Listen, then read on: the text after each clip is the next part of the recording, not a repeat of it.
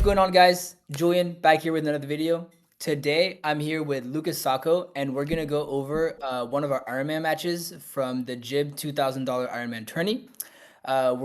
This was round 2, so we'll see what happens if we make it to round 3. It's a double elimination tourney, so if you lose once, you're still in, have one more life. Please go check out Sacco. He's in the description down below, and here's the first match. So yeah, a little bit of banter at the beginning. Sacco's going first, keep me in the bag, just in case I gotta put him in the backpack. So here we get Perulian in the beginning, and looking at our hand, we have good plays. However, we kind of think that we want to go for dice smashers here, for the main reason that we have Izuna and Lupus in hand, so we literally cannot get stopped from this. Other than I think it's Ogre is like the only card. Correct me if I'm wrong, Sacco, but that kind of seems like the only thing they could do to us right here, Yeah, right? I mean, like Ogre or Gamma. Technically, Ogre or Gamma or Yeah, Jokel. Gamma. It's not the worst for us because we have talents enabled. So that's why I think we started with Jokel here. But Jokel also eats the most interaction. If they decide to interact with our Jokel, trying to stop us from searching for these unit, we already had that in our hand as kind of a punish, so it just depletes their hand. And keep in mind that because this is an Ironman tourney and we're now in round 2, we know what our opponents are playing. And for some reason, our opponents decided to bring 2 decks with different deck counts. So we legit know that we're against Yummy and that their other deck is Mitsu Raziel because their Mitsu Raziel list has 42 cards. So here, yeah, so we start with Jokel. We use Jokel to add in Izuna, just because, we already have Lantern in hand. It's literally the only thing we can add. They impermit though. So we're like, sure, we already have Izuna. That's fine. So here we go, Izuna. This was a slight misplay. We should have gone. I guess we wanted them to interact with the Izuna, but one thing we could have done to play around the second Perulia would have been Izuna 1, Lupus 2. But this also does help. We actually want them to hand trap us. So I take that back. That wasn't a misplay. I think that was good. Yeah, So the we main go thing is Izuna effect. I think we really want them to ash us here because one, they think it's going to keep us off the Dash Smasher, but also it turns on the talents. Same thing with the Yeah. Perulia. If they draw into another Perulia and they chain it to our Lupus, we can talents look at their hand and then Dice Smash them. We have so many different options. Right. So okay, they didn't have Ash unfortunately. So then we go Lupus. They draw one more card. We make Death Smashers again, unstoppable except by Ogre Gamma. Those are the only 2 cards, and Ogre just makes it a 50-50, right? So here we roll a 5, which our opponents start to roll, but they don't even have to because we roll a 5, so we can change one of their dice to 7, so they automatically lose. And then we decide okay, they're under Perulia. We're just gonna keep playing a little bit. At least set up our follow up because obviously ending on just dice smashers is not great. So here we activate Lantern. Taco clicked a little too fast, but they let us go back a little bit in that case. And then we summon Ripper, and then obviously Ripper effects. All they could do here is impermit, but we still have case to get follow up. Activate case, get another Jokel. So we're starting our next turn. If they're somehow able to set up something through this, because they can't activate monster effects or attack us, right? We start our turn with Izuna, Jokel, and Talents, which is really strong. Plus, we have Liberation set, so they'd have to be able to out our Ripper, on their turn. Otherwise, we have Werewolf on our turn, which when it's your turn, you can use the effect of non-target banish a card on your opponent's field as well as in their graveyard, or choose only one of those if they only have one of those things. That's really strong. But you can see from our opponent's hand, they have all the names, which actually under Dice Smasher is really strong. Yeah, so they activate engage, and we're like, okay, sure. What does this do? Right? Activate engage, activate Hornet drones, make token. We don't really want to do anything here. We just don't really see a point to it. But one thing we could have done is just activated liberation on the token. And then that way on the next action, we can just see their hand and see if there's anything that we need to play around for the next turn and all that stuff. Yeah. So, I yeah, think go ahead. that when they had used the token, it necessarily wasn't the best time there. I think it's after they made the Kagari we were supposed to do it, just because it burns a little bit of their extra deck. But yeah, the main thing is that it just makes them commit a lot more, and it makes them have to activate cards. And the next time they do activate a card, we do have the ability to look at the hand there. The other option for it is because the next thing that really happens to us is they go here and they just throw all 3 bodies from their hand down the field. They make a Cupsy Yummy Way, which was totally wrong, by the way. They're definitely supposed to, instead of like special summoning Cookie from their hand, they're supposed to like normal summon a second Lollipo, right? Give the impression that they don't have like every name in the game. At least in my opinion, I feel like that's the correct thing to do. Then they go battle phase here, and for some reason we say that's fine. But we didn't think about the punish of having Yummy Surprise here, which ends up absolutely cooking us. What we were supposed to do Yeah. is whenever they attempt to go battle phase, we activate this forced release and we try to upgrade our Ripper into, I guess they still would have just chained it there, huh? Since we let them get this far. Yeah, no, I think that's actually why we should have done it on the token. Just keep him off as many, because like if we do it on Kagari, they still get a body from adding back the Hornet drones. Well, they can't Whereas if we activate do it on Hornet. the They can't tokens, activate Kagari, right? Because of Smasher. oh yeah, that's right. I'm stupid. Sorry. Yeah, we should have done it on the Kagari.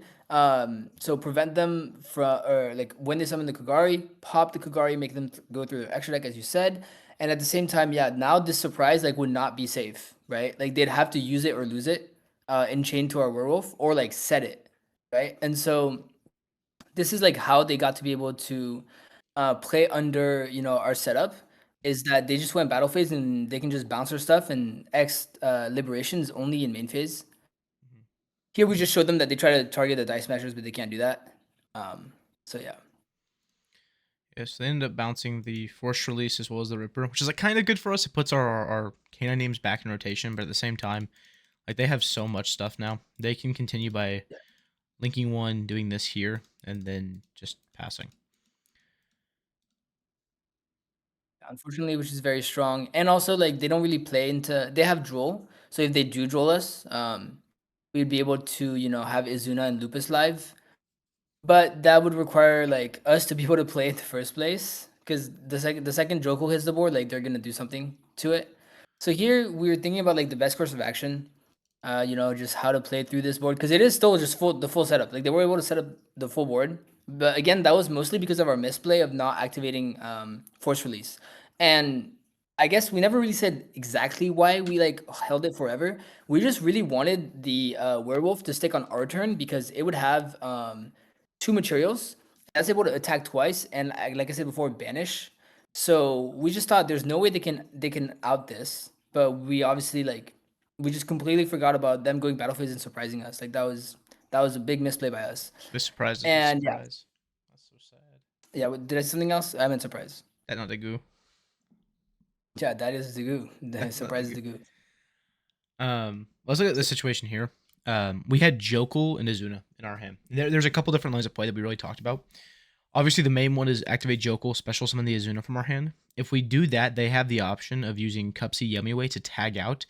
They effectively get to special summon from the graveyard. They get to pop one of our guys, and then they can, even if they don't want to use the pop, they can get enough guys to synchro summon and go to Cookie and then Book of Moon, both of our fives. And then it's really hard for us to play there. Even if we talents draw into the cards we're wanting to, it's hard for us to play the game because two of our spots are taken up. We've already used Jokul effective special summon, and like Paradise Smasher is not doing anything for us here. I will say that this list is messed up, and we submitted a list that was not the best for the situation. We are supposed to have Zeus in this extra deck. Our deck list was submitted incorrectly. This would have gone crazy here. Insane. We would Crazy. have tacked into We would've the won it. tacked over the Yeah. Snatchy, made a Zeus, activated Zeus. Probably still in battle phase priority to play around Valor.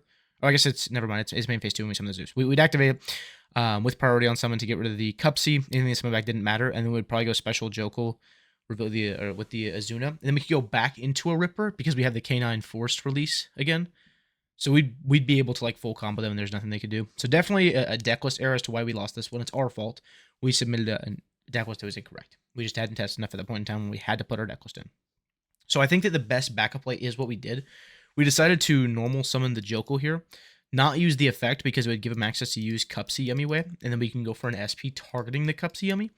The reason that we did this is because this basically forces them to tag out right now, and then whenever they do, we can use SP to force the Snatchy off of the field. So whatever they summon back is getting them absolutely zero disruptions. And I just realized we got a little bit sacked here, Julian, because his draw off of the I know. Cupsy They was thought like the the purge. purge. A little bit frustrating. The reason that we've tried to force him to do it like that is so that we could get the talents to be live, and then talents would effectively get us to a playable card. I will say that if he did not draw into Purge there and we were able to successfully draw to, even if they drolled us on resolution, That- us having the Azuna to extend and the Lupus that would now be in graveyard to extend would have been absolutely game changing. But we just unfortunately. No, yeah, for sure, for sure. Like literally, the thing is that our canine engine was like not doing much anymore, other than the fact of like being able to summon Lupus and Izuna if they hand trap us. So we really needed to draw into specifically like Krishon cards. And the other thing is that, um, yeah, if they had literally not, if they didn't have Purge, we win that one. Like it had to be Right, Purge. the Ash purge. was fine because now we have Izuna and Lupus. So Anyways, next game is pretty unfortunate as well. We don't have the best hand. It's really weird that for almost all these games, I think we drew Canine Force Release in the last hand, Lupus and Lantern. Uh, yeah, we did, yeah. a little bit unfortunate. This deck does play a lot of like kind of mid-tier draws, right? Like the Trap is obviously not a good draw. Lantern's not a bad draw. Lupus isn't a great draw, and then like Force Release is not a great draw. The thing is, the deck's go first ceiling is absolutely broken, and like the go second power of this deck is very, very strong too. Even if you're drawing like one or two of these cards, you should be able to full combo and play through every situation. The problem is when you fall into a very small percent of variance and you draw four of them consistently across a long set of games. That's just what happened here. You want to go over this game, Julian? Yeah, of course, yeah. So we go to main phase. We have a few options here. We could start with Sulfefinir or Lantern. I'm pretty sure we decided to start Lantern just because it can get us into our K9 engine. And if we can get to Jokul, then we can just use Jokul and summon Sulfador. And if we get hand trapped, then Lupus can just spawn, right? So that's what we end up doing here. We start normal summon Lantern, effect to add case. And they actually let this one happen. I think it's because they're playing around as hard drawing case and instead of just adding liberation here, because I think they just want to ash straight up just the case, right? So let's see, they ash it. Obviously, makes sense. Like I wouldn't let this one go through. And then we're like, well, we have Lupus. So this is actually good, right? It's like pretty much the same thing as if we had opened Jokul almost. Like we've got the Lupus and the lantern on the field. And so now we actually, this is like the broken part is that we made an untargetable Ripper. So they can't imperm it. So now they're going to have to choose to imperm another one of the cards. They can't imperm the Ripper. And so now we can just go Ripper effects, add Jokul. That way we can go Jokul summons Sulfefinir. Because in the backup plan here, by the way, was Sulfefinir sent the trap and pop itself and summon Sulfador from deck, which is still full combo. But if we didn't have to send our trap, right, we can just keep it in our hand, later use the synchro to add something else back. That's definitely better for us. But it was good that we had a backup plan. So we had Izuna, which can also summon itself, but we already used Lupus. Then we make SP here. We made SP because it plays better into like a Nibiru and another hand trap. So like Imperm Nib still works against us here, but it actually doesn't because of Force Release, which is funny. Because they can't target Ripper, but if we activate it, they can target it, right? But we were just playing around like the most, and also we didn't have an XYZ that we love making here. Just because Nash Knight is okay, but SP prevents us from getting hand trapped in weird scenarios, and this way can just allow us to freely full combo. Like even though our Ripper can get impermed, our like Sulfenir can get impermed. Sulfador. Sulfador doesn't do anything. I'm so bad with the names. But whatever. Okay, so it gets popped. We summon from our deck the Sulfenir, and we dump two. They're thinking about improving this one, but I think they realize they're like, okay, well, they have SP, Sulfador. They have SP, so they can just dodge the imperm. So they let us, and it's important to see that they have Lancia, right? So because they have Lancia, they don't have to like stop this. They can just whatever this dumps, we'll have to use an effect that banishes, and they can just Lancia us. And they're pretty much putting us on fear nib too much, right? But the thing is that our board here, so I like you just play it through to see what they do, right? Well, before we do play through, I do want to talk about like why we sent the cards we did. So in this situation here, we already have Christian Cluster in rotation, and we're really just trying to get to as much non-field disruptions as possible, right? We want to try to layer our board as much as we can. The only three layers that this deck gets on top of its board is Azuna, which against this deck doesn't do anything. Canine Force Release, which we already have access to, and Cluster, which we need to get back access to. And so the main ways that we can do that is we can force ourselves to basically go for the Christian side of things as easy as possible, and that is with sending Tristaros and Smyger. Because here we have Smyger to get to the inclusion, and we also have Azuna's effect that's going to special summon from hand. So what we decided is we're going to special summon the Azuna, try to put our Sulfur back in the graveyard, and then we can search for an inclusion, activate the inclusion to get whatever we want, sort of follow up. We can use that Sulfador from earlier to pop our guy special back, and then we can use the inclusion that we had basically gone through for fun to special back the Tristaros to get into Ela Skeletus, which gets us back to our cluster. It basically gets us the biggest resource loop possible without losing to things on top of them. It also gets us a lot of stuff through like Nib Imperm and Nib plus other interactions.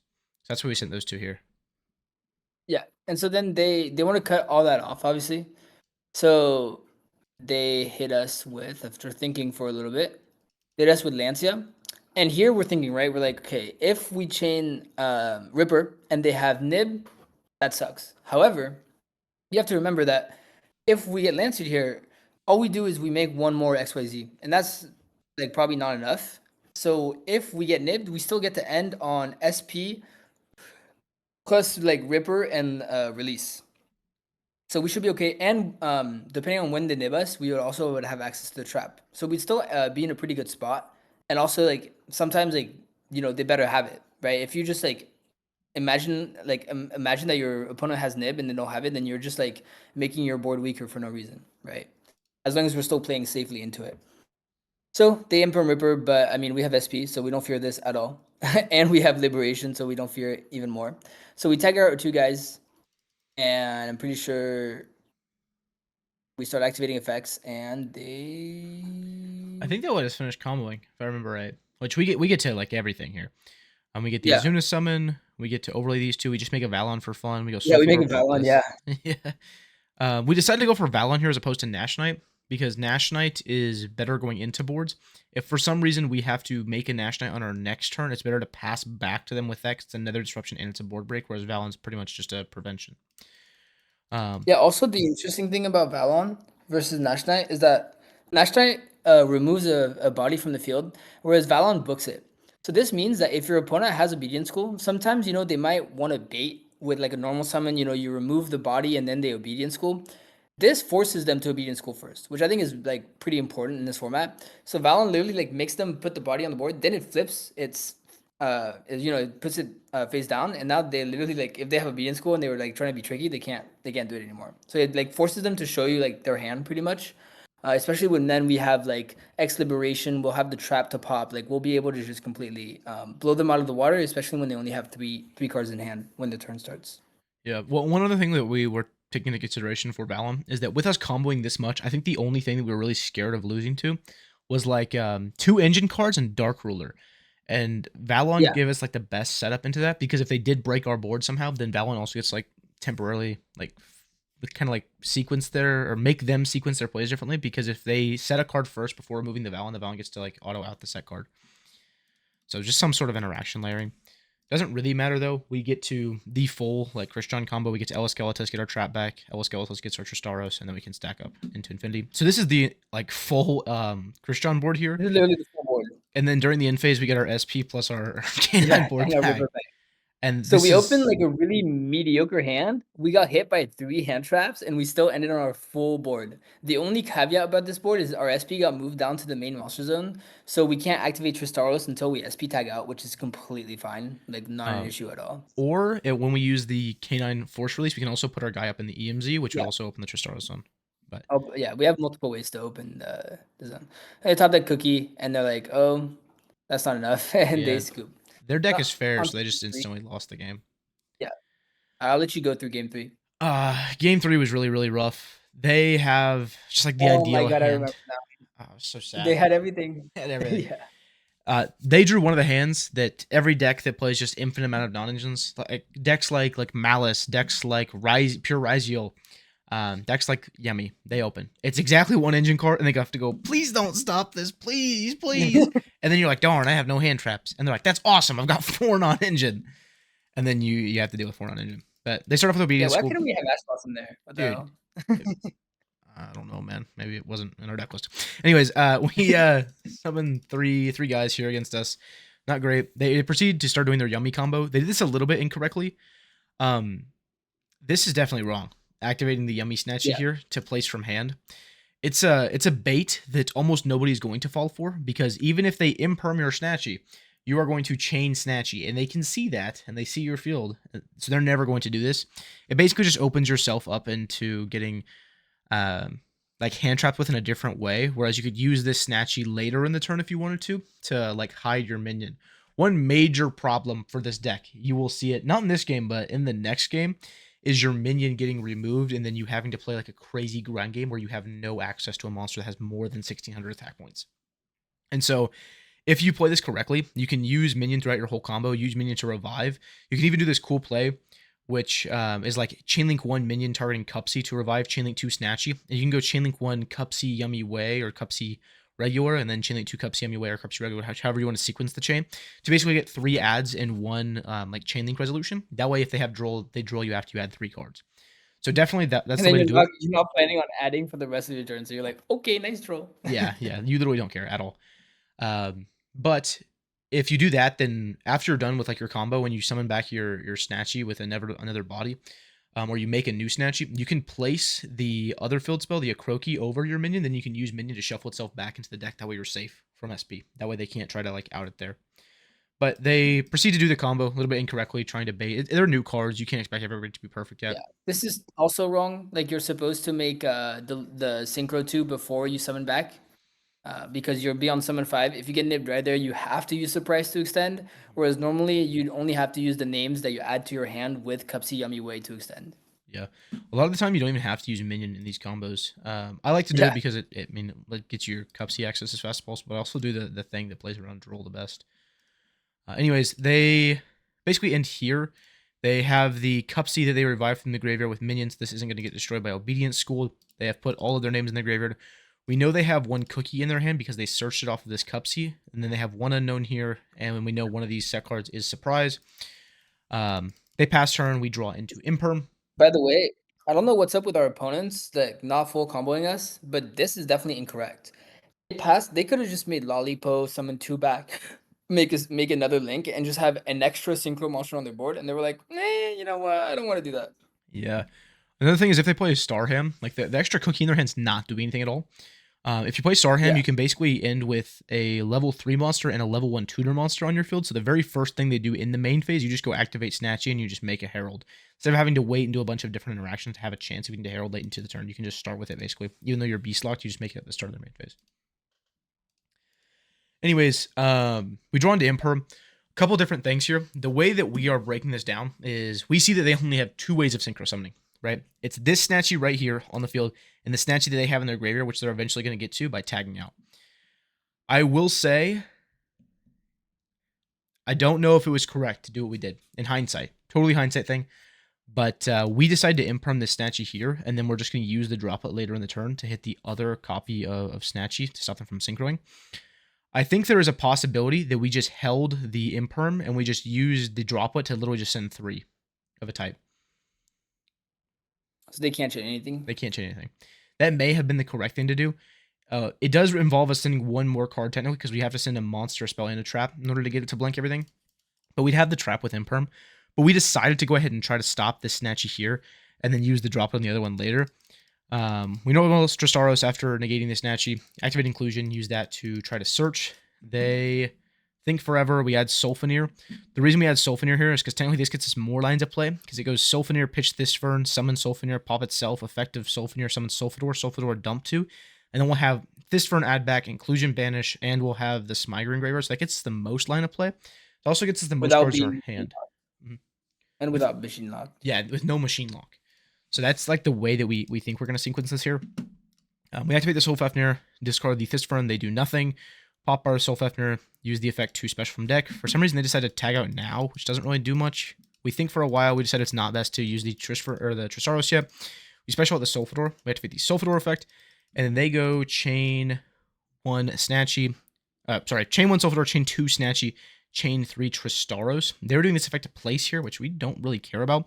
I wanted to do the chain Tristaros here because if we do this now, then we'll be able to go for a a Dawn Dragster, and then we can droplet send a monster and a spell to basically blank their synchro monster they just made, as well as their snatch if they leave it there. And then the Dawn Dragster we'd have would counter the known surprise, and so we'd be able to full play against all of the known cards. I will say that our hand being as weak as it is a little bit weird having to play into so much non-engine, but I think we do get pretty far, honestly. They decided to imperm the Tristaros, which I think we're totally fine with. Nothing Yeah, there sure. really scares us at all. If they decide to imperm our Sulfador, I think we're almost forced to use droplets sending the Sulfador to try to like get the Sulfador to resolve, but also blank the Synchro. But they decided to just hit our Tristaros, which is totally fine. They end up swapping out their field spells. They let our guy resolve. We dump two. So now we have Thistvern, Smiger, and the Inclusion. A lot of different extension here. They use the Snatch to go ahead and Synchro now. We droplet, send, and then we get Judgment in. So this is why I'm talking about in hindsight here of us holding the Imperm, because we would have been able to send all three, and this droplet would not have been able to be stopped at all. I guess we technically didn't have to send a monster, did we? Because they can't chain twice in the same chain link. Not in this spot. Not in Yeah. this spot, yeah. So maybe it was just best to hold the Imperm forever. I guess it would have been a little bit different because they may have been able to sync a little bit faster. But it is definitely something to consider. Might have been difficult for us to catch both snatchies on the field at once. I'm not saying it would have been impossible. Obviously, our opponents are not playing perfectly, so it definitely could have been possible.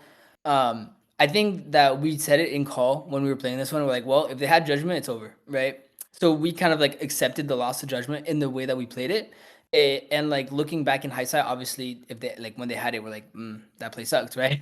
But it kind of just depends, right? It's either we accept the loss of judgment or we put them on have judgment and misplay, which like again totally possible scenario, and it's something that sometimes you got to make judgment calls. I don't think that it judgment calls. I don't think that it's like necessarily right or wrong, because it just is gonna depend on how the game goes, and Yeah. you can't predict everything your opponent has.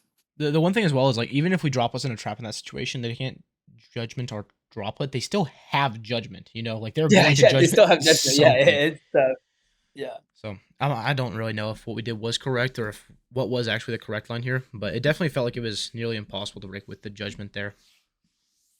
I think your exact words when they set 3 cards, I think the exact thing you said was begin judgment, and then we got judgmented. So I'm blaming this one on you. Anyways, Oh no, did I manifest it? you did, yeah. You anti-manifested. It was in the second imperm until I said begin judgment. It was. It actually changed. Yeah. Anyways, they cookie set both of our things here. We think for a little bit. We're just basically playing on scraps, hoping they misplay here. Something horrible happens. Maybe their computer dies or something. Their internet dies. Yeah. They use Lollipop, Vanish, or Smiger. We have a Sulfador in hand. We basically have like the ability to get to a rank 5 right now by using Inclusion to summon back Sulfador and using Sulfaneer and using Sulfador to pop the Inclusion to get us a little bit more bodies. That's what we start to do here. We special summon back. They, for some reason, decide that now is the perfect time to just start synchroing. They make a star hand, they pitch, they summon back Cupsy, use the effect to add surprise instead of drawing, even though they have very, very good follow-up.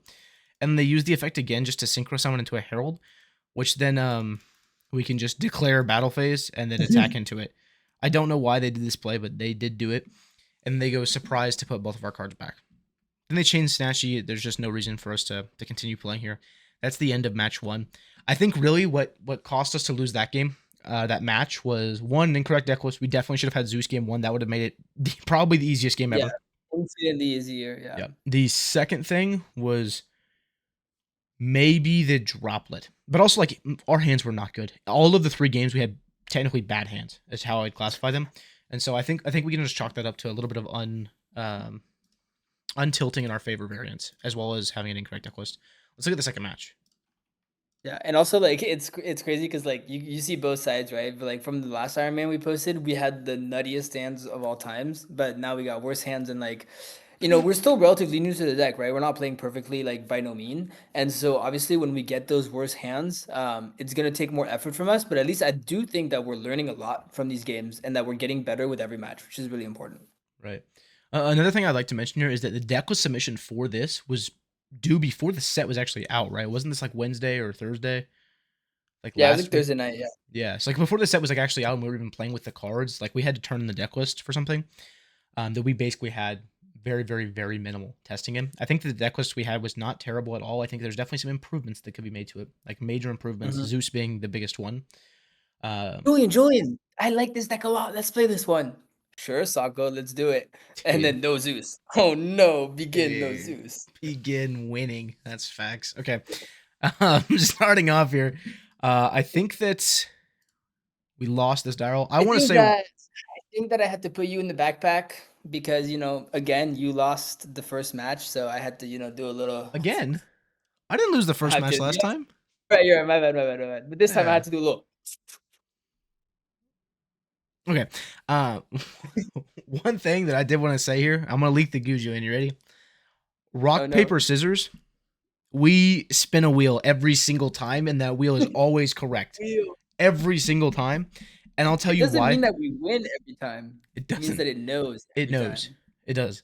If you lose the die roll after the wheel chooses for you, that means you have like the most broken go second hand of all time. I think in this match here, in the next match, maybe we like spin the wheel and we're like, oh, we lost. The wheel's lying to us, and we look at our hand. It's literally like the best 5 hand traps, and we win the game. I'm But not mentioned yet. yeah, go to spinawheel.com, type in rock, paper, and scissors, and I promise you, your tournament's gonna go way better from now on. Yeah. All right. You asked the wheel first or second when I wouldn't throw the Yeah. dice. Yeah. All right, Julian, take over. Yeah, so we did lose the die roll, and to be honest, the wheel, like, it looks like it let us down, right? Our hand's not the best, like, going first hand of all time by any means. However, our opponent, they're playing Yummy, and Yummy has a big weakness, which we're about to find out in this match. So they start with Hornet Drones, activate Hornet Drones, place token, make link one, add back token, Hornet Drones, whatever, make another token. And here I'm like, okay, well, this Imprim could go crazy, it could go crazy on this Synchro 2. Then they special summon Cookie. So I'm like, okay, this Imprim's not gonna go crazy at all. At all. So they make the Synchro 2. And unfortunately I can't Imprim anymore because now they have a Cookie in the graveyard. So there's not really like a good point to do it. They had two guys. They discard Droll. Never mind, sorry. They don't discard Droll. They discard Droll later. Foreshadowing. The special Cupsy add surprise. Here, I mean, they have everything, right? When you have engage plus name, or in this case, Hornadrome plus names, you have literally everything. And it feels like our Baldrake and our Imprim are blanks. So all we have to do is just be patient and hold them for like the most optimal moment. So they summon bad guys. They make Starham now. And I'm like, oh, Starham is great for us because they're going to discard a card. And we can Imprim this one. That's great. We can actually Imprim this one. They're going to discard a card. And then this Starham literally becomes useless. Like, it's the only one that when it gets Imprimmed, it's actually useless because its effect is how you synchro with it. Because it turns one of the non-tuners into a tuner. And without it, this guy can't make Herald. So it's literally just a level 3 beast. So that's what they do, right? They use the effect. They discard Droll because they know we're on Malice. That was the foreshadowing. And yes, you're right. They can make Snatchy. They can make Snatchy. That's all. So we imprint it. I don't think our opponents know that they can make Snatchy with that, by the way. I don't think so either. They tag out. They tag out back into two guys. They like link these two. Yeah, they link those two into SP, which by the way, I think this is a mistake. I don't think you should be making SP on turn one. Maybe they made it here because they had Purge. So they're like, well, we're going to get to use it now and not again. When in reality, they could have just set Purge. So that's not real. Yeah, I feel like a lot of people are scared of board breakers this format, and that's why they're not setting their purge. But like, to be totally honest, I don't think anyone's main decking board breakers to the point where they're playing Harpies and Lightning Storm in their main deck. They may be playing like Thrust, Talons, Droplet even, but no one's like main decking Lightning Storm and Harpies right now, or at least in like a major event they won't be because that's just ridiculous. This SP is definitely wrong though. One thing that this deck really struggles with is a grind game and dealing with like big threats, big boss monsters. SP is like one of your most convenient ways of doing that, especially through interaction and through into boards on turn 3. One thing that you can expect that if your board doesn't automatically stop them from playing the game and they can get to any sort of boss monster or any sort of plays, you're going to need your SP. And unfortunately, they just use it here as kind of just like a fun little guy because they can make him. So yeah, so they said called by, set surprise, and it's our turn. So now we have two Baldricks. We're gonna have to use one. The logic though is we're thinking that we're not winning, like we're never winning this game on turn 2, right? So we don't mind using the Baldrick here to force them to tag out. That way they can't on their turn start with tag out into like a cookie. And we again, like I said, since we know we're not winning next turn, we don't mind having two Baldricks in hand. Like we're gonna use them over the course of the following turns. So We activate Baldrake, I believe, like I said, targeting the cookie, forcing them to tag out. No, we decided that the better thing was for us to target the star ham because we wanted the body to. Oh wait, I'm totally wrong. No, No, you're that right. We target the cookie. foreshadowing, bro, foreshadowing. All right. Yeah, there's some of these two guys here. I apologize. Yeah, so now it's our turn, and we have one goal in mind. If you guys remember the Triff versus Sacco Ironman, once you lose the field spell, all your guys are tiny, right? So we have one goal in mind. We do have a pretty decent amount of pushes. I don't think that we're gonna ever be able to get to actual like 3 bodies like into a mouse name and like start cooking crazy here. So the goal now goes from 3 bodies to 2 bodies. Make SP, right? SP banish the field spell, and from there, when go from there. Yeah. So here I decide, and we decide that it's best to start with our own field spell because we want to summon rabbit and set a trap. That way, our dormouse can like start jumping around. Like I said last time, if we get that MTP set, we can dodge targeted removal or just targeting interactions. So we start with that because obviously like. If you're going first again, you'd go like field spell for cat and draw 2. That'd be great, but there's no way our cat ever like sticks to the board, right? So there's no point in doing that. So we set the MTP. We asked them if they have anything here. They say no. Then we're like, okay, we're gonna normal summon Dormouse, take no action, and see what they do. They think for a while, and they end up saying okay. Then we're like, you know what? We could use Dormouse, but instead we're gonna go for the plan that we talked about. We're gonna try to make SP. And again, if they try to do anything to our Dormouse, we can always just dodge, right? With MTP. So here they get scared, and they synchro summon and they make Cupsy. And I'm like, wait, this is not disruption. This is literally just add 2, discard 1. Like this does not stop our SP play. So we're like, okay, we make SP. And you'll notice that we haven't used Dormouse yet. But the thing is that we also haven't banished Dormouse yet. So we do have a way to get it back to the field, which is still threatening enough. And here, there is one key thing to remember, is that our SP banish the field spell can actually be dodged by surprise. That's something that we knew, that we kept in mind because we were like, well, if they have to use surprise to dodge SP's banish, then at least they can't bounce 2 anymore. Bounce 2 against Malice is insane, right? So we're okay with them losing that in exchange for like the huge threat that we're like putting in their face. Like we're like, you will lose that field spell for the whole game, right? And you cannot win after that. And for some reason, our opponent goes, okay, like sure, Yeah. they let it happen. Well, the main thing that we were hoping would happen is it was SP target the field spell. If they chain surprise to try to keep the field spell in rotation by using the effect that no one really uses of this card, where it says return 1 field spell from your face-up field or graveyard to your hand, then you optionally can place 1 yummy field spell from your hand face-up on your field. If they use that to dodge their minion getting banished, then we can chain SP targeting their Cupsy. 90% of the time, they're going to chain Cupsy right there, and since they only have 1 Snatchy, then we could chain Baldrake to banish their Snatchy. Then they'd be completely out of synchroing, and then we'd be able to use March Hare to basically extend a full combo them at that point. That was the main point of us doing this here, with the backup plan being what comes later. Yeah. Yeah, so they chain, and then I'm like, okay, guys, no flinching, right? We don't need to do the plan yet because they still have surprise life.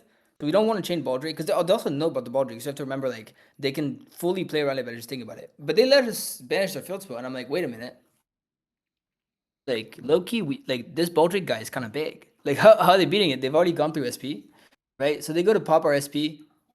Yeah, exactly. And we're like, well, chain SP targeting SP, which forces them to tag out 2 of their monsters instead, which is fine. They tag them out, and then we're like deciding to just push for a little more, just because we want to like set up something, right? Just set up some bodies, and like if our bodies go back in their grave, we can get them back with Baldrake. Like we can literally just loop Hare forever with the Baldrakes. So they go to target them, and because we have MTP, we don't mind too much. Like we can just chain MTP, banish the Hare back. Just again, like keeping that Hare alive forever. And here, like when they purge us from the hand, I'm like, sure, like that's fine. They just turn off their SP. Now their SP comes back, and all he is a vanilla monster with 1600 attack, which okay, like that's fine with me. I don't mind that. So yeah, so Literally horrible. Yeah, I don't know why they purged here, to be honest, because us having 1 more Malice name doesn't ever get us to play. We have already normal summon. We've already activated Hare. 1 other name doesn't do anything for us. They know 1 of the cards in our hand is a Baldrake. Like it just doesn't do anything. Adding here with MTP, so this purge was definitely bad. But it also just like summons back like you said, a vanilla monster with 1600 attack and -2 defense points, which does not help them at all. -2 is crazy. Yeah, so they purge there. We get our March Hare back. And then from here, I think we decided we wanted to use the Baldrake just because it forced more interaction out of them. It basically, we chose to get the Star Ham here because we wanted to put our Baldrake on the field. Because if we put it on the field, then we can like basically do some like attack stuff. It like helps make their board smaller. But also, since we have one Baldrake that we can put on the field here, and they're not really going to have a convenient way to out it because we've taken their minion off the field. If they do use their surprise, which they've managed to hold on to by not using it to bounce our Baldrake or do something to remove our Baldrake that we're unaware of, then we'll have another Baldrake be able to summon on the next turn. So here they start doing stuff. They activate it, and you probably just fast forward through this one. There was like a little misunderstanding, so we just asked the judge. And they pretty much were just doing Chainlink 1, Snatchy to place a field spell, Chainlink 2 Lollipo, and we're like, sure. So they place the field spell, and so the next biggest threat for us is this field spell, right? Because that's just how they're gonna out our guys, just by popping our stuff over and over again. So that's kind of like the next thing on our mind. However, if you look at their grave, Sacco, they, I guess they haven't gone through any synchro monsters. They put them all back. I'm foreshadowing again. Yeah. But yeah, they're gonna start running out of engine at some point, right? Because the only way they put stuff back is with their field spells, and now they have one on field, one banish. They don't have any engraved. They don't have any way to put one engraved because that one's stuck on their field. So they pop our Baldrake, which is fine. You know, we have another one. That was like the whole thing of like I was saying, it doesn't matter too much that we have two. They're gonna end up being big guys that our opponent can't out. So summon Cookie, you know, discard a card to start an obedience school. We're like, sure. Summon Cubsy. They're really just putting everything out there. So right now we should know their whole hand. The only card we don't know is It's one one of of the these sets. sets. Yeah, we know that one of them is surprised. We don't know the other one. Sacco was like, I swear it's the middle one. I swear. Dude, I could feel it. It was not. I was wrong again. It was not the middle one. And so yeah, now you see like they're committing a lot of synchro monsters to the field, right? And they're just trying to do damage here by just summoning all the biggest ones. So like here, even with 5 monsters that would hit us direct, that's still not game. Like that's how small these guys are, right? It is a lot of damage to be fair, but it's 5 guys. Like that's a lot. That should be a lot more damage than like 5 big 5,000. guys, and they're only gonna do like 4,800 damage. They're not Yeah. gonna bust on us. So yeah, it's nothing scary. We do decide to do the Baldrake here just to kind of avert the damage because the thing with Malice is that if we get too low, we're never playing the game, and so we have to do some Yeah. sort of blocking. But also like we're gonna have to put the Baldrake on field at some point anyways, just because it's gonna stop them from playing forever. I will say here we summoned it in attack mode. This was a mistake. We were supposed to summon this in defense. Basically, if you have a monster with over 1600, I think it's 1600 or more defense actually. Once you've removed their minion, they basically can't out it. You can set Nash Blossom. You can set a Mass Dragon. I think that has 1500 defense. They can't out it. That's basically what it comes down to. If you do summon it in attack mode, though, eventually they can start like using Cookie to lower it down low enough. But luckily our opponent didn't see that as an option. The only other way that they have to remove the Baldrake here is by using the surprise to bounce it. So they could technically use it to bounce our Malice Underground and our Baldrake. Because keep in mind that card does have to bounce 2. It can't just bounce 1. So they bounce those to our hand, and we're totally fine with the situation because they're having to bounce monsters that we're going to be able to attack anyways in order to remove these. Or they could bounce their cups. If they want to do that, we're probably fine with it anyways. And they're not going to be able to kill us because their deck has just so low attack monsters. They go to main phase 2. They like hard make a herald, which we're like super fine with. Like we've already accepted the fact that we're not playing this game anymore. We're not playing the like Malice game anymore. We're playing the big booty monster game. Like put our guys in defense and just stall. Like we're playing Runic Stun all of a sudden with our Bishios. We're gonna deck them out. Like that's the plan now. So we do like want to set up some stuff, not lose all of our engine in rotation. So we chain Hair here when they try to put our Dormouse back in deck because we don't want to top deck Dormouse. And we were fine with them chaining Herald, just it being negated. So they're resolving their stuff, you know, summoning another Synchro monster, which again we're fine with. Like this guy, oh no, it gets bugged. Like we just start our turn. One big thing here is we didn't activate Dormouse on res because we didn't want them to be able to chain Their guys. This is what I was trying to mention earlier. I just got my time a little confused. If you look at their grave, they already have both synchros in there plus cookie. And again, the only way for them to recycle it are by like using their effects to tag out, by using the field spell to put him back, or by using surprise to bounce. And I'm not gonna lie, I don't think our opponent would ever see like bounce synchro for some reason. Like I just, no offense to them, but by the way they were playing, like I just don't think that they would have thought that far ahead. And so I wasn't worried about them now having other guys on the field. Like all we need to do is be over the synchro monsters, and that's it. They're stuck in the graveyard. If they revive it with surprise, like sure, we're never activating a card. Like we're literally never activating a card, so it doesn't matter for us. Yeah. Also, shout out Jesse. He's watching here. Jesse is the goat of all time. That's true. That's true. Big shout out to my boy Jesse. That's who I test with all the time. That's my goat. Yeah. Anyways, like Julian said, we're just, our goal was to not activate any effects and try to out both of their monsters. Luckily, that cookie guy, you see him right there on the screen. He should be like right there. He's got 0 defense, and we summoned him in defense for some reason, or our opponents did at least. And that herald is pretty small too. So all we do is we do some pretty epic flip summoning, and then we enter the battle phase and we attack both of the scary monsters. Yeah. From here, we set infinite impermanence, and this is where I made the call that I'm 50% sure that the middle one is surprise. And unfortunately, we lost the coin flip, and then I just decided to double down, and we just assumed that this one is a surprise for the whole game. Then, since we've already made the decision once, but yeah, once you've entered this sort of game state, there's really not much that they can do to try to like out your guys or do anything to punish you. Like we can play through this whole turn really fast. All they do is they are able to Little Knight attack over our March here, and then main phase 2 they link off into the, I'm not able to, this little fox guy, and they're gonna use his effect. Basically just gets Which I them. think was another misplay by them. Sorry, I think they should have made this in main phase 1 and crashed into Baldrake to kill it. Because if we lose our Baldrake, now we're on top deck a big booty monster, right? Like literally, we need to top deck like Ash Blossom, Ghost Bell, Bestial, in order to actually put pressure on the field. Whereas, and then they have turns to like slowly chip on our life points. Because this Onari guy, if he's destroyed, he can pop a card on the field and inflict 1500 in this scenario because there's 2 field spells. Yeah. But yeah, so I think that was a misplay by them. They can also reset surprise, so they don't actually lose any engine from it.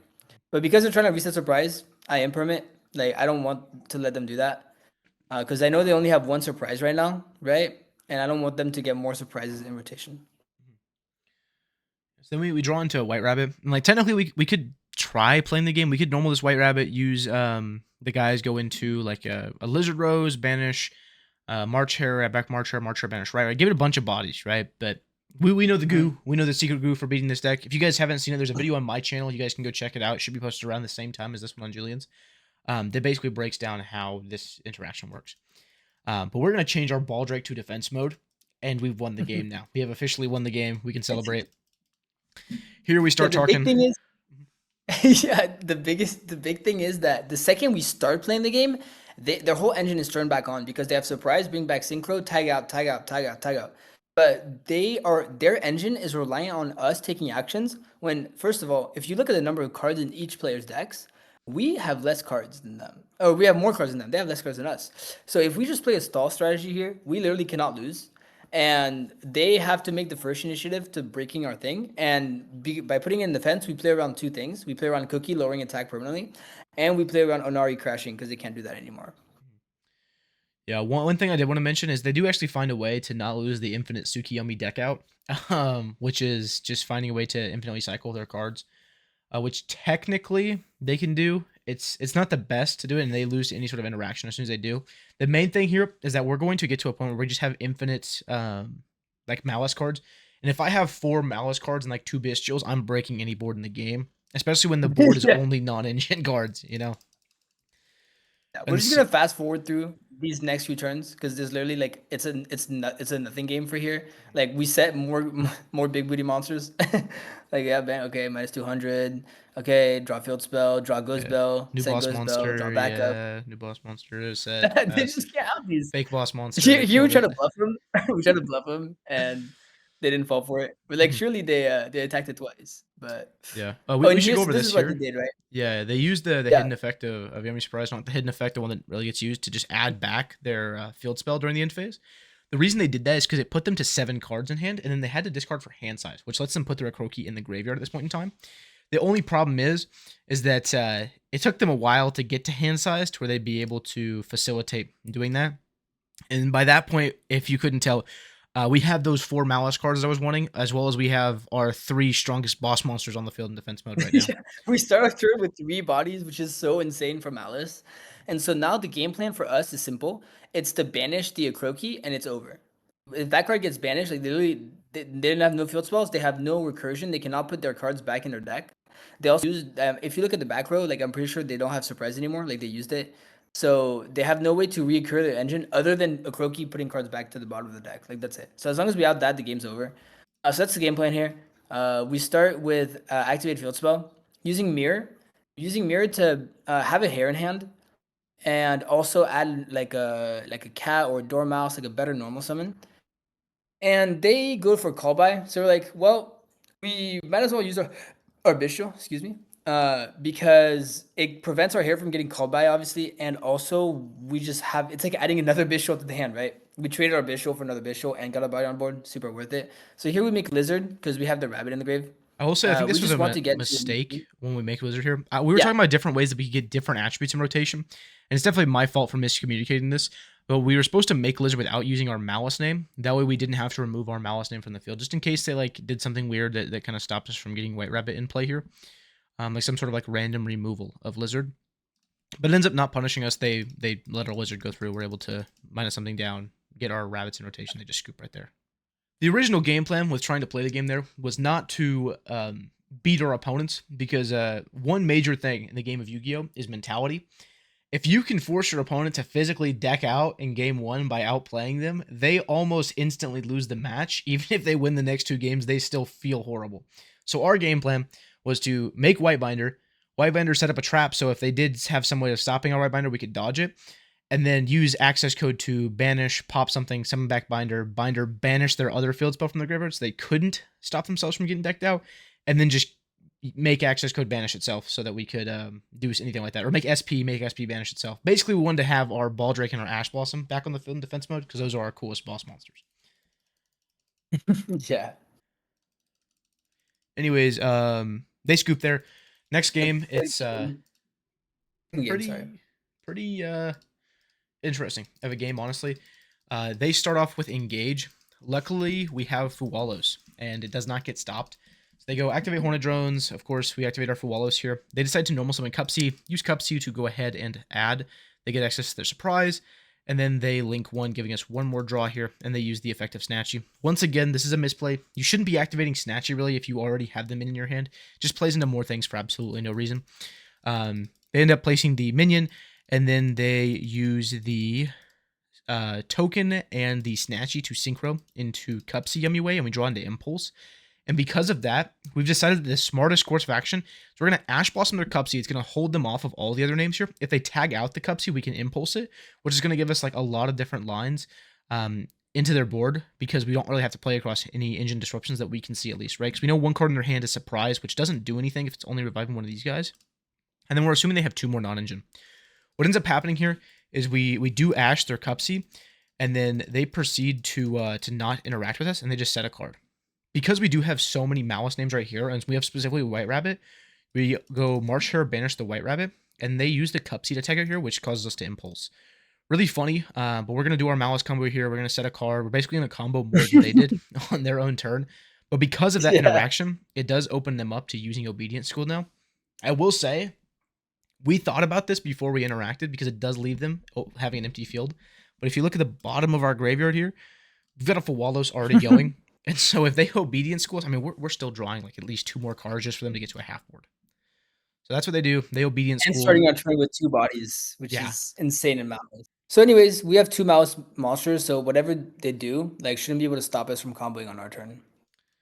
Yeah. Anyways, they're going to get the minion to summon back the Cupsy here. Then the end phase, the other 2 monsters are going to die to the Obedience School. Either way, that Fuwalos drew us like 1, 2, just like 40 cards, I think. My math's right. We get to our turn. We have 2 Malice bodies to start the turn. I don't know if you guys watched the last game. That was about 30 seconds earlier. But we have 1 game plan. one game plan. And so we start by making a Remove the link monster, which was going to enable our SP. They see that as a threat again, and they freak out really fast. They go ahead and synchro. They make a cup C yummy way, and they use that to go ahead and add a cookie as well as a cup C. Just trying to get more names in rotation, as well as set up the cup C to tag out. We then discover there's a little bit of a better like line here. Instead of just like forcefully banishing their minion, we get normal summon Chessie, use no effects here at all to make a binder or a red ransom, which would have more than 2200 defense. Then we can just attack over their cup C yummy way, activate the MTP we already had set previously to banish either the set surprise or the field spell. Probably the set surprise, and then we can just go access code in main phase 2 or make an SP in main phase 2 and just banish their field spell there. So that's the play that we decided to do. We summon the Chessie Cat, link off, make a binder. Excuse me. And then we make the binder, we go battle phase. We attack over the cup C yummy way, and then we try to activate the MTP. Unfortunately, they activate Purge here. One thing that they've been doing a lot is not setting this Purge, which is in turn like turning off a lot of their hand traps later in the game, which is definitely not correct. I think every time you draw Purge, you should be setting it, but little secret here, Purge is not needed in that deck. It turns off your hand traps, it makes your grind game much worse, and the card just isn't that good, honestly. So we lose another thing to keep in mind. Oh, sorry. Just another thing to keep in mind is that like there we had thought about like, okay, if they have purge, they can stop our MTP, which turns our engine back on. But because we've already established a link 3, like they only have one unknown. So if that unknown is purged, we still have everything else left in our hand. They cannot play through this. Not with us having field spell, like a way to get to hair, dormouse, backup, even imperm if they out our link 3 from the field. Like, you know, it's way too strong. So yeah.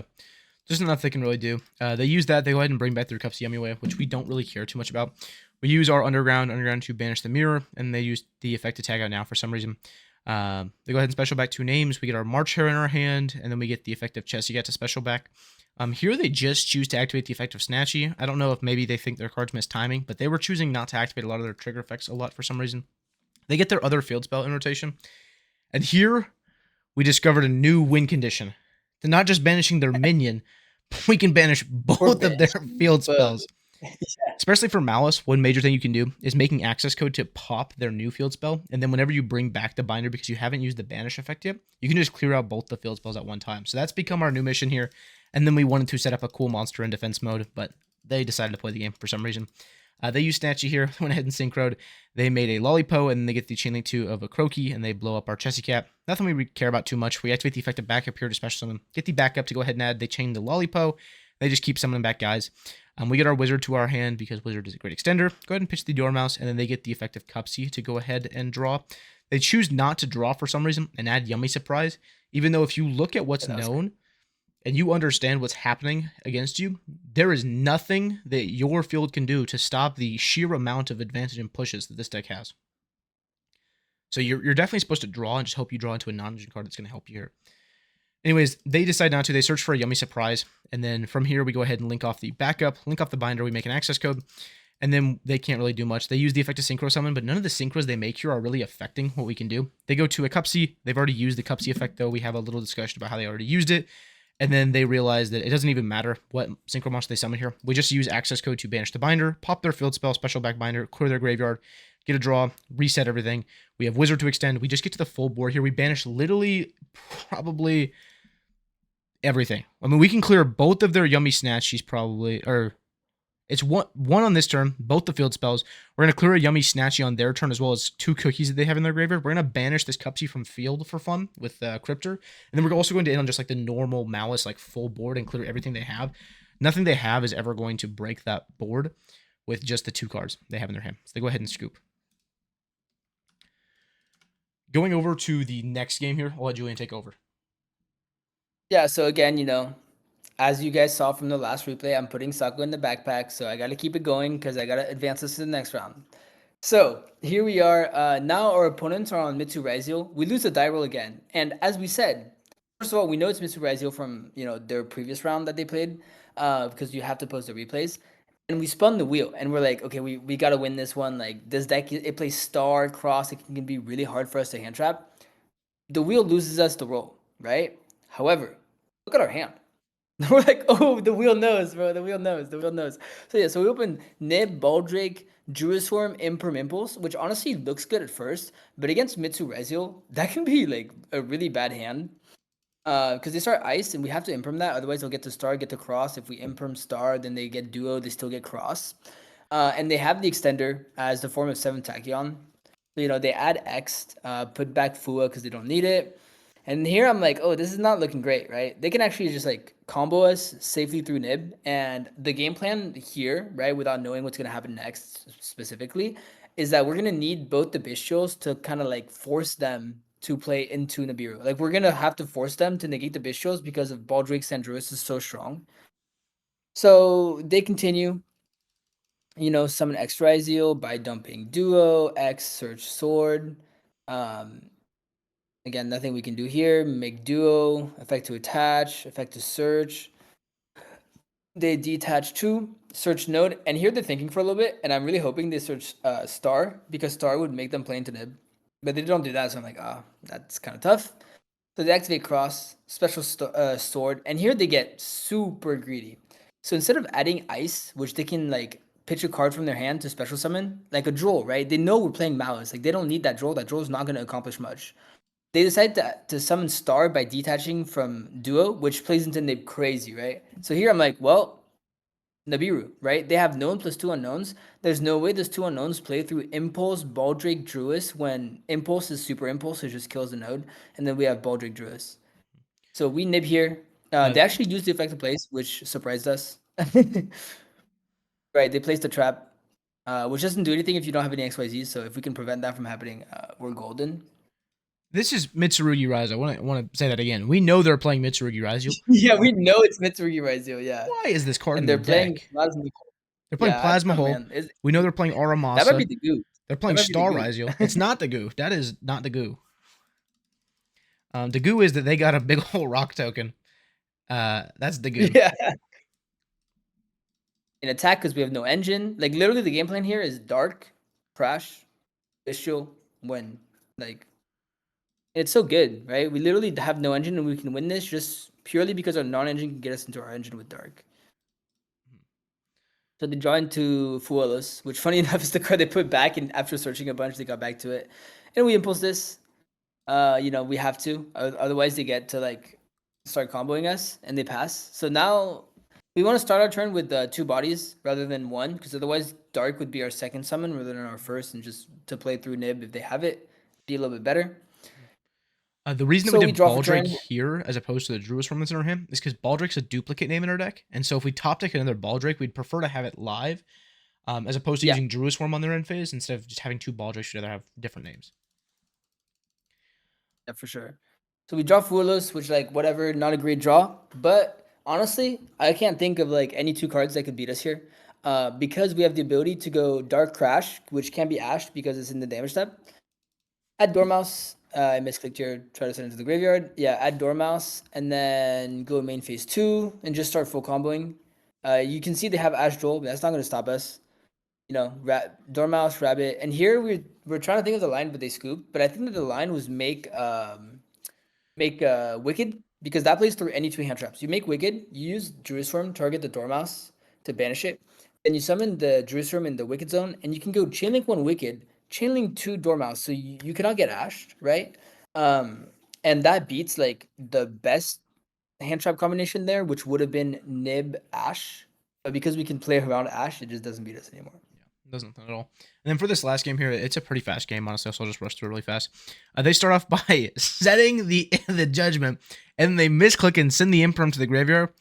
And then he goes, "You didn't see that?" And I go, "See what? See what? We didn't see anything. Just put it in the graveyard right now." And then we show him the duster, and they put the wrong card in the graveyard, and they judgmented for half their life. So we activated our rabbit effect. They freak out. They imperm it. And then it's a pretty quick game from there. We just link 1. We show them we have a second engine card, and they just instantly scoop. I mean, honestly, this is why you can't play decks that just play infinite bricks.